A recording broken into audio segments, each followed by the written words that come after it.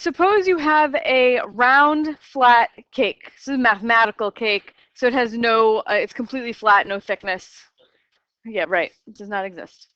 So with one straight cut, we could cut this cake into two pieces, right? Maybe not necessarily equally sized pieces, but if you just take a knife and do one straight cut, you can cut this into two pieces, right? Straightforward so far, right?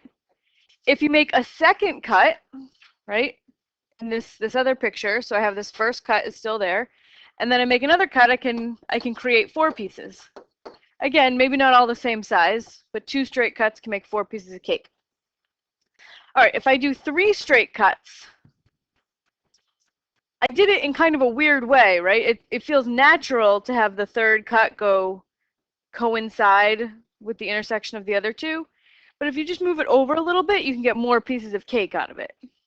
So with three straight cuts, I can get 7 pieces of cake. And then with 4 straight cuts, if you do it in a really kind of special way, trying to make as many pieces of cake as you can, they're not all the same size, but we can get 1, 2, 3, 4, 6, 7, 8, 9, 10, 11 pieces of cake. Okay. So based on this picture, 0 cuts, you can get 1 piece of cake, right? If you don't cut it at all, the whole cake is just one single piece. 1 straight cut, we got 2 pieces. 2 straight cuts, we got 4 pieces. 3 straight cuts, we got 7 pieces. 4 cuts, we got 11 pieces.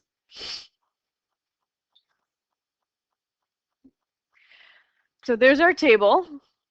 Study it for a minute. See if you can find a pattern that will allow you to predict how many pieces you can get with 5 or 6 or more straight cuts. Okay? And if you want to try and draw it for 5 straight cuts, you can. Okay. So what do you predict for 5 straight cuts of my mathematical cake? 16. How do you get it? It goes up by the number of cuts, right? So I saw different, it's really the same pattern, but 2 different ways of looking at it.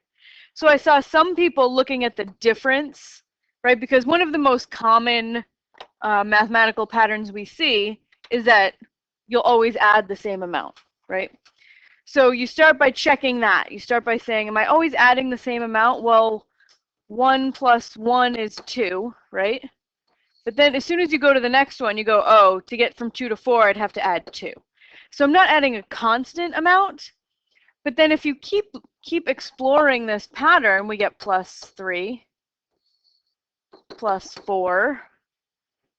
So I have plus 1, plus 2, plus 3, plus 4. You might conjecture that the next thing would be plus 5, right? Plus 5 would get me 16. And these numbers that you're adding down here are the next number of cuts, right? So to get here, I added 1, and that's the number of cuts. To get here, I added 2, which is the number of cuts. So some people saw it, like wrote out their differences like that and went, oh, I'm adding 1, then 2, then 3, then 4, then 5. Then I'd add 6. 16 plus 6 is 22, right? Some people saw the pattern like this. Start with this number, add the 1, get the 2. Then take your 2, add the 2, get the 4. Right? Then start with your 4, add 3, you get 7. So you can kind of visualize the pattern in different ways, even though it's the same pattern either way. All right, so a sequence is just a list of numbers. It can be finite. We usually put sequences in those curly brackets. So it can be finite like this one, 2, 7, 20. Or it can be infinite, like the set of even numbers, 2, 4, 6, 8, etc., etc. The numbers can be completely random, like in this example, 2, 7, 20 is just 3 random numbers, makes a finite sequence. Or they can have a pattern, like in this second example, where those numbers have a pattern. They're all even numbers. They're increasing by 2 every time. So we're going to learn some notation and some vocabulary surrounding sequences and then we're going to study some sequences a little more in depth. Okay, so for notation, you usually name a sequence with a letter.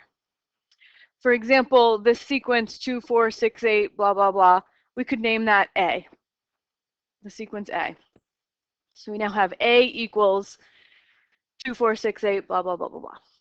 We name the terms of the sequence, so each number in the sequence is called a term, and we name them using an A, the capital A, with a subscript.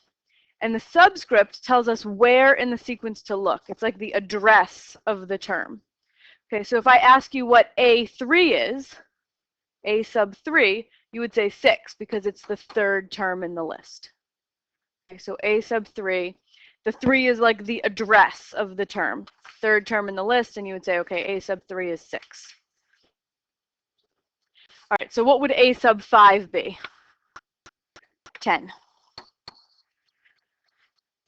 All right, we're going to investigate the pattern of this particular sequence a little bit to try to develop a formula for any given term of this sequence. So if you look at A2, what is A2? 4. So A2 is equal to A1 plus what? 2. Yeah. Because A1 is 2, right? So to get, if you're going to have to add something to 2 to make a 4, you would add 2, right? All right, what is A3? 6. All right, so, and A2 is 4, right? So 6 is equal to 4 plus what? 2. So I put a 2 there again. And A4 is equal to A3 plus what? 2. A5 is equal to A4 plus 2. Yeah. So the pattern we're developing here, which you probably could have told me 10 minutes ago, you could have described this pattern in English, but now I'm just trying to force us to use this notation to describe the pattern. So each number, the number at any given address, is equal to the number in the address right before it plus 2. All right, so if I wanted to write this as a formula where I said A sub n, where I'm saying, okay, so the number in the nth spot, so for any given address, would be equal to the number in the spot right before it plus 2. So that's definitely plus 2, right? How do you think I could denote, how could I communicate the spot right before the nth spot? N minus 1, yeah. Right? So like if n were an 8, if this said A8, I would write an A7 here. Right? You just subtract 1 from the subscript. So if I write it as an n, which is a more generic thing, my subscript to indicate the address right before the nth would be the n minus 1. So that thing is called a recursive rule, okay, or a recursive formula for a sequence. Okay. A sub n, the number in the nth spot, is always going to be equal to the number in the spot right before it plus 2. Okay, we call a rule recursive if it uses previous terms of the sequence to calculate the current term. So if I wanted to find A11 using this rule, I would have to know A10. So that's what makes it recursive. You have to know a previous term in the sequence to get the current term. Right. So that's one way of expressing a pattern in a sequence, is a recursive rule. All right, we're going to try to express this pattern a different way. A1, which is a 2, right? What do you double to get 2? 1. All right. A2 is 4. What do you double to make a 4? 2. So A1 is 2 times 1, and A2 is 2 times 2. A3 is 6. You multiply 3 by 2 to get 6. Yep. A4 is 8. What do you double to make an 8? 4. Okay, so let's see if we can see a pattern here. The subscript is 1, and that's the number I'm doubling, right? My subscript of 2, I double 2. When my subscript is 3, I double 3. Subscript is 4, I double 4. So if I wanted to describe this pattern that I'm seeing using a formula, a sub n is always 2 times what? N. Yeah. Whatever the subscript is what you end up doubling.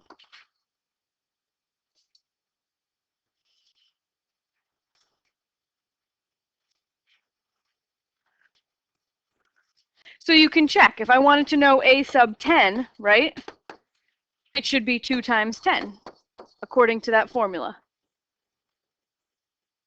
Right? If a sub n is 2 times 10, so a sub n is 2 times n, then a sub 10 should be 2 times 10 or 20. So the 10th number in the list should be 20, and we could check by writing it out. Okay so far? All right, this kind of rule is called an explicit rule. You call a rule explicit if all you need to calculate the nth term of the sequence is the value of n. Right? So if I want to know the 100th term in the sequence, all I need is that 100. I have a formula that will use that 100 rather than, say, the 99th term in the list. So I don't need the value of any of the previous terms in the sequence to calculate the current term.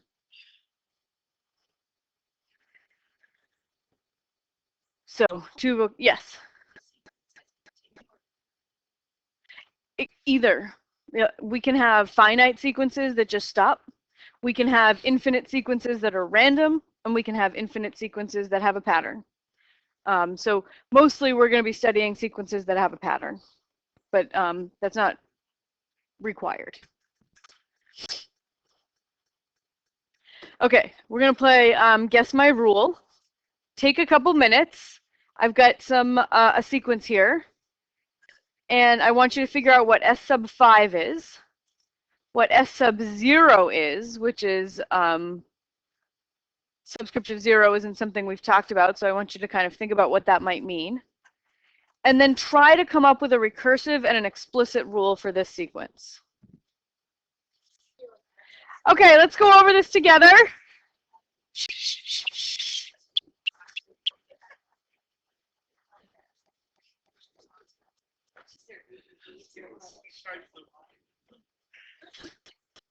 All right, what is S5? 7.5. Okay, so S5 is 7.5, right? All right, what is S sub 0? What does that even mean? That's 1.5. If you went backwards in the list, right? We have S sub 1 here is 1.5. So if you went backwards in the list, that would be S sub 0. And what do you think that comes out to? 0. Yeah, because if you to go, please get yourselves under control. If you go forwards in the list, you have to add 1.5. So to go backwards in the list, you would subtract 1.5. So we'd land at 0. Okay, so a recursive rule for S sub n. So I'm looking for a rule, so I want S sub n equals, right? So I'm trying to find a way to calculate S sub n. So sometimes it helps to write out the relationship. Can you just...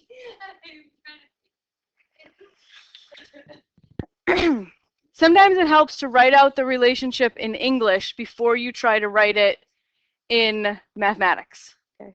So describe to me this relationship just in English for the S sub n's.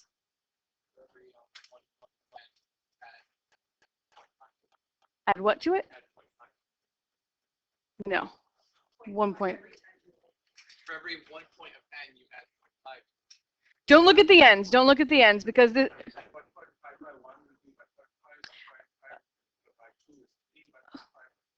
Okay, so you have found a relationship between the n's and the S sub n's. Okay, that is an explicit rule. When you have a relationship between your n and your S sub n, that's what we call the explicit rule. All right, so my explicit rule in English that you were just explaining says that if you look at the n and you multiply it by 1.5, you always get the S sub n, right?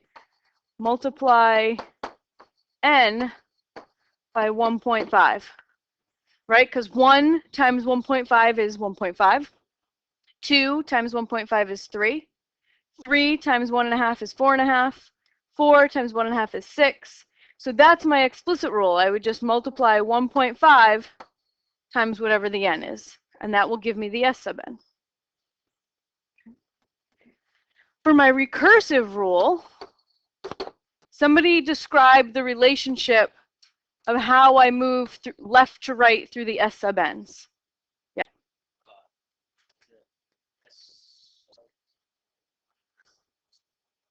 Can you describe that in English and not mathematically? So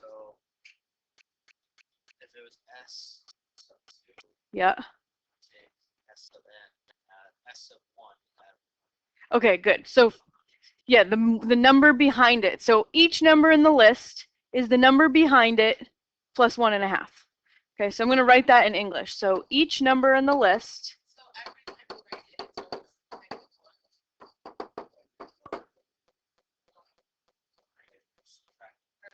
Hold on, let me finish. Each number in the list is the number before it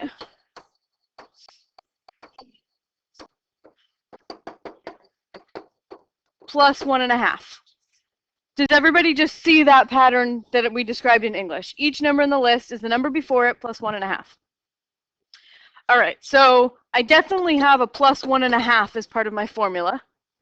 The tricky part of writing this down mathematically is the notation that we use to represent the number right before s sub n. So remember, n is just the address, right? So if n were, say, a 10, if this said s sub 10, I would use the number right before it, which would be what? S sub 9. So I would just subtract 1 from this subscript to figure out what number is right before it. So if I want to do that in general, I would write s sub n minus 1. This says that the nth number in the list is equal to the number right before it plus 1.5.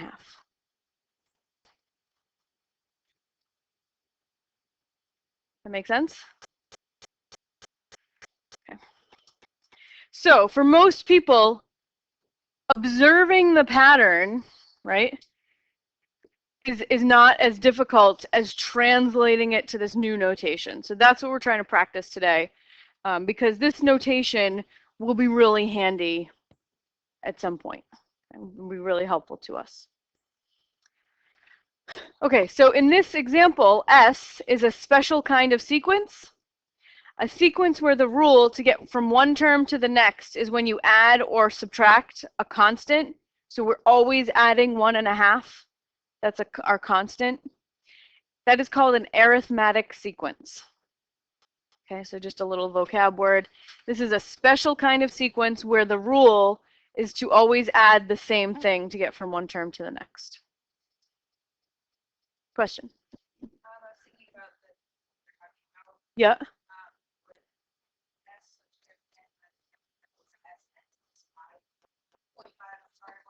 S sub n minus 1 equals what?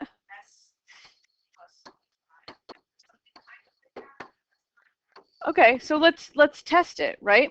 So let's make n, let's say s sub n minus 1. This will be s sub 3, right? S sub 3. So according to your formula, I just picked a random number there. So if n minus 1 is 3, what is n? 4. Yeah. Is that a true statement? Does s sub 3 equal s sub 4? Subtract 0.5. All right, let's try that.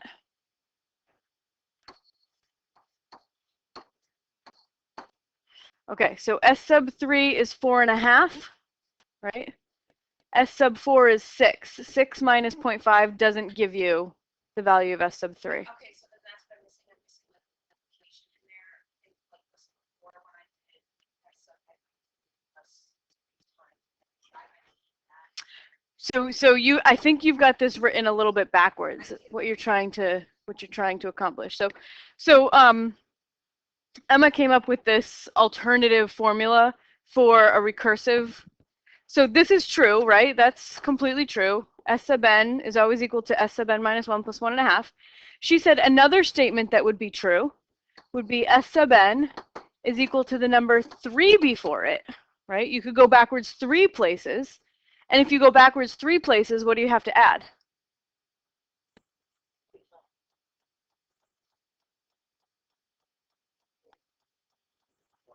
4.5. You have to add 1.5 3 times if you go backwards 3 places. So if you wrote it like this, 3 times 1.5, you could also just write 4.5. Yeah. So that is also a true statement. It's also a recursive rule. If you wanted to know S sub 10, right, according to this rule, right, S sub 10 would be equal to S sub 9 plus 1.5. If you know the number right before it, you could just add 1.5. According to this rule, if I wanted S sub 10, I could get S sub 7. You know, if I knew the number 3 before it, S sub 7, I could just add 4.5. What's the difference for Okay, so a recursive rule, an arithmetic sequence is not the name of a rule. It's just a special kind of sequence. The words recursive and explicit explain the kind of formula we're using. So recursive means that in order to get some number in the list, right, if I wanted to know the 10th, I'd have to know some other number in the list, like either the 9th or the 7th, right? You need to know some other number in the list. An explicit rule, you don't need to know any other numbers in the list. If you want S sub 10, the only number you need is 10. both of those arithmetic This guy is the sequence. The list of numbers is the sequence. And this is a special kind of list of numbers called an arithmetic sequence. What makes it arithmetic is that I'm always adding the same amount to get from one term to the next. All right, let's play Guess My Rule again. Here's another sequence. See if you can guess G sub 5 and G0 and come up with a recursive and an explicit rule. Okay, ready? All right, what is G sub 5? 80. How do you know that? What pattern are you seeing that lets you conclude 80? Doubling. 5 times 2 is 10. 10 times 2 is 20. 20 times 2 is 40. So 40 times 2 is 80. Yep, so what would G sub 0 have to be? 2.5, yeah. Because to go forwards in the list, you double. So to go backwards in the list, you would have to half or divide by 2. And 5 divided by 2 would be 2.5. Half it, yep. Okay, so a recursive rule for G sub n. Right, so again, it might help to write this in English first, right? Where we would say each number in the list is the number before it times 2, right? You just double the number before it. So then I try to translate that using my new notation. So I would say G sub n, right? That's a random number in the list. If I want to know any G sub n, I have to know the number right before it, and I just double it. So how do I represent the number right before the nth number? G sub n minus 1. You got to be careful to make sure that the n minus 1 is all in the subscript. And then whatever you have G sub n minus 1, you'd multiply that by 2. Just double it. All right, the explicit rule, most of you are struggling with the explicit rule. It is tricky. I am going to help you by rewriting this table in a little bit different way. First, I'm going to do it vertically because it just gives me more room. Okay, so I'm going to have n G sub n. So 1, 2, 3, 4, 5, 10. Yes. Can it be G n or plus n plus itself? Plus itself, yes. So this would be equivalent to G sub n minus 1 plus G sub n minus 1. Oh, so not n. Not n, no. The number plus it. No, I didn't. Oh, wait, never mind. I think I told you it was wrong because you were trying to write an explicit rule. Yeah. So multiplying a number by 2 is the same as adding it to itself, right? That's the definition of multiplication, is repeated addition. So either one of these would be correct. So recursive rules don't have to use just addition and subtraction. Yes, correct. Using that model. Yep. So you can use any operation you want in a recursive rule. What makes it recursive is not the operation, but the fact that we're using a previous number from the list. All right, let's go to the explicit rule. I'm going to add a column here where I'm going to rewrite my number sort of using my recursive rule. I'm going to use the recursive rule to get each number in the list. Okay, so 5, that's just my starting point. And then my 10, I got that by multiplying 5 times 2, right? So instead of writing it as a 10, I'm going to write it as 5 times 2. Right, and then my 20, I got that by taking my 10 and multiplying it by 2, right? Okay, so I would write, instead of writing 20, I could write 10 times 2, or I could write 5 times 2 times 2, right? 5 times 2 is 10, and then times 2 again gives me my 20. Let me write that out a little bit better. No. All right, so 20, I mean, yes, it's true. I'm just I'm writing it a certain way to help you see the pattern. All right, so for my 20, that's 10 times 2, right? That's how I got my 20. I took the number before it and doubled it. But instead of writing 10, I'm going to write 5 times 2, right? Because 10 is 5 times 2.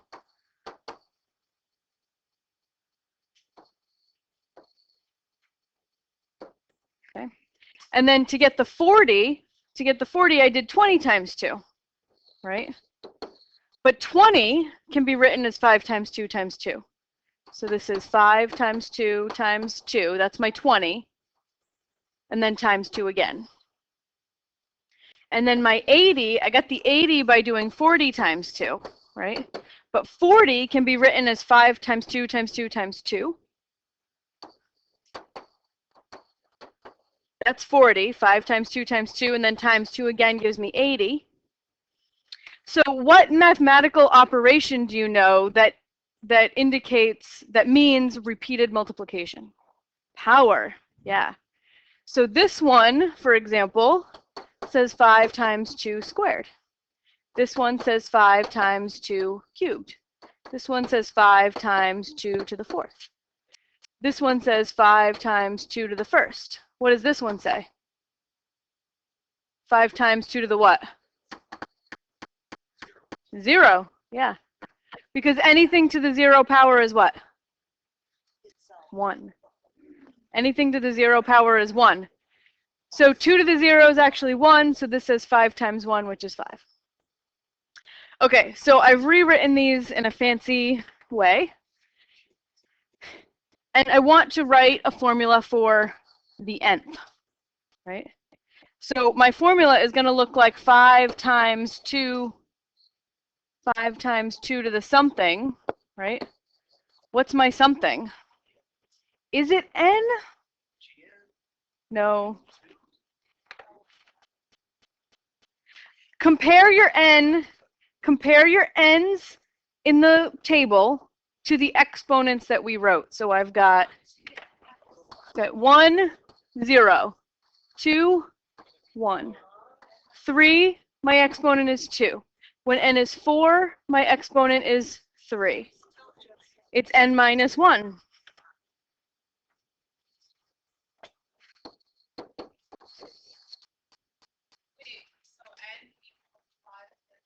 N does not equal.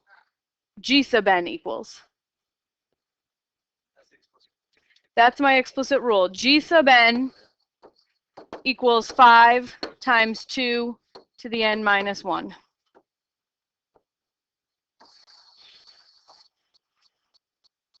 So I used the recursive rule cleverly to try to help me figure out what the explicit rule was.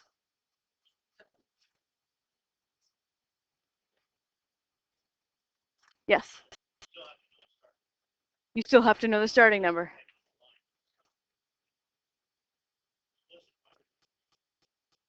This?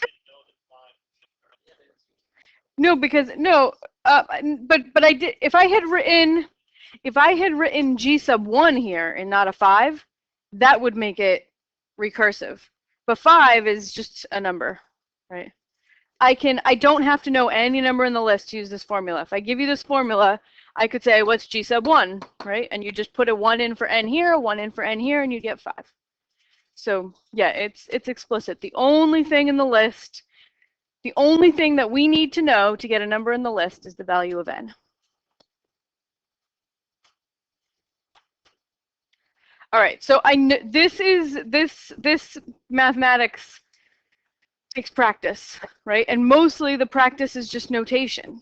Okay, so you will get good at it. Be patient with yourself.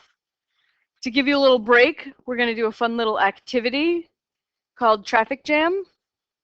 So if you turn to this next page.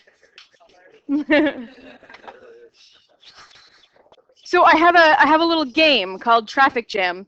And normally at this time of the spring semester, we can go outside and actually act this out, but it's too cold. So we're going to do it in class. It's still going to be fun, I promise. Okay, so here's the setup. There are 7 stepping stones. So I've got them drawn out here. 7 stepping stones and 6 people. We've got 3 people on the left-hand side, 3 people on the right-hand side.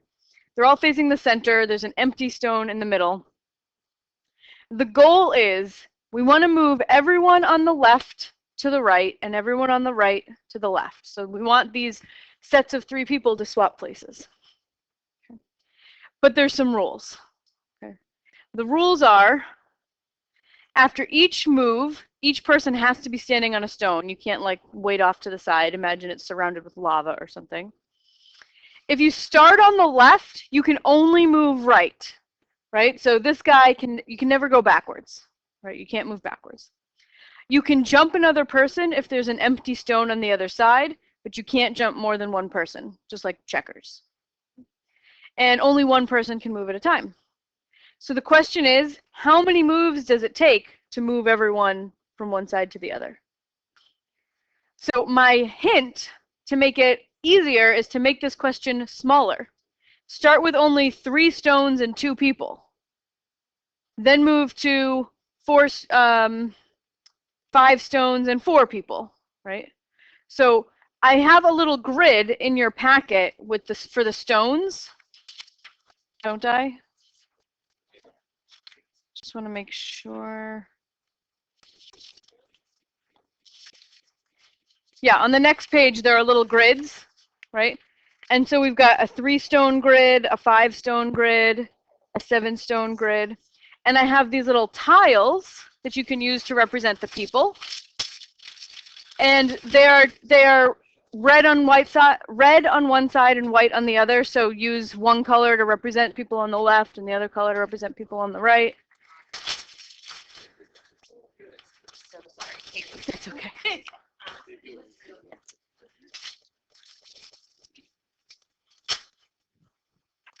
Turn this recording off.